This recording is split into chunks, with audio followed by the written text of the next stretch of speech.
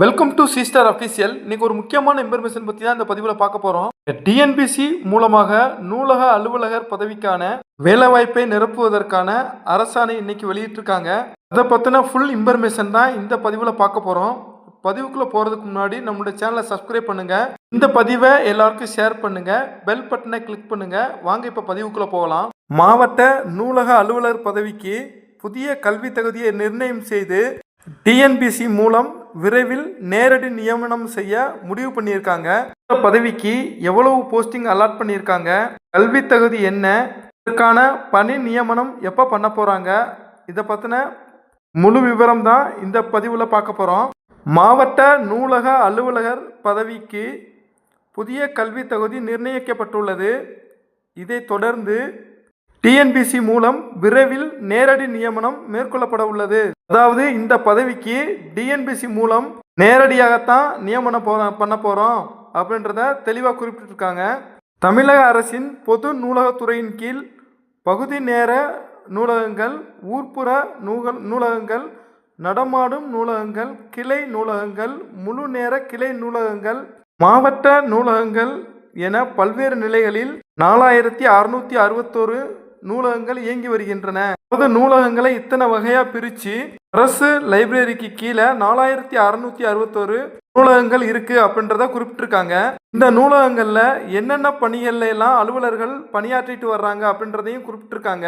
இந்த நூலகங்களில் பகுதி நேர நூலகர், ஊர்ப்புற நூலகர், கிளை நூலகர், நூலகர் கிரேடு 3, நூலகர் கிரேடு 2, நூலக ஆய்வாளர் அல்லது நூலக கிரேடு 1 இந்தந்த பதவிகள் எல்லாம் அலுவலர்கள் பணியாற்றிட்டு வர்றாங்க அப்படின்றதையும் குறிப்பிட்டிருக்காங்க.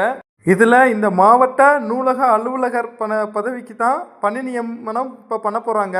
இந்த பதவிக்கு 75% பதவி உயர்வு மூலமாகவும் 25% டிஎன்பிசி மூலம் நேரடி நியமனமாகவும் இந்த பதவியை நிரப்ப போகிறோம் அப்படின்ற மாதிரி அறிவிச்சிருக்காங்க.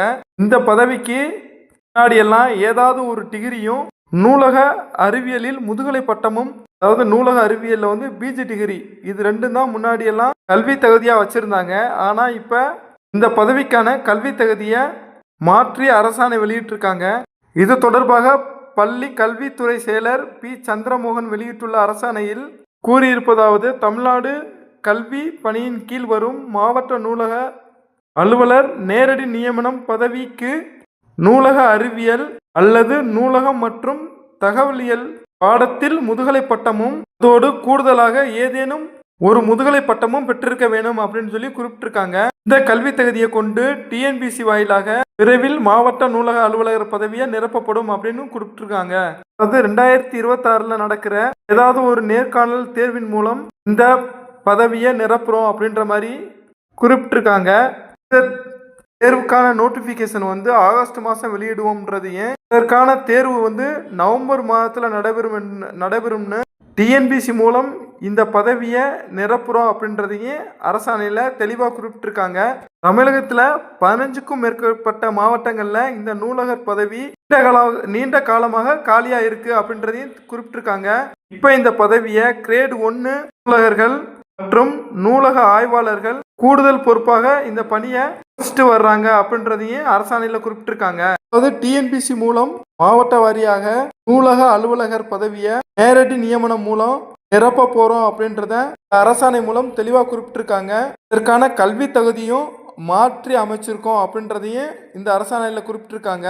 இந்த பதிவு பிடிச்சிருந்தா லைக் பண்ணுங்க. இந்த பதிவில் ஏதாவது சந்தேகம் இருந்தால் கமெண்ட் பாக்ஸில் தெரிவிங்க. இந்த பதிவை எல்லாருக்கும் ஷேர் பண்ணுங்கள். நம்மளுடைய சேனலை சப்ஸ்கிரைப் பண்ணுங்கள். மீண்டும் இது மாதிரி ஒரு நல்ல பதிவில் சந்திக்கலாம். தேங்க்யூ ஃபார் வாட்சிங் வீடியோ. Thank you friends.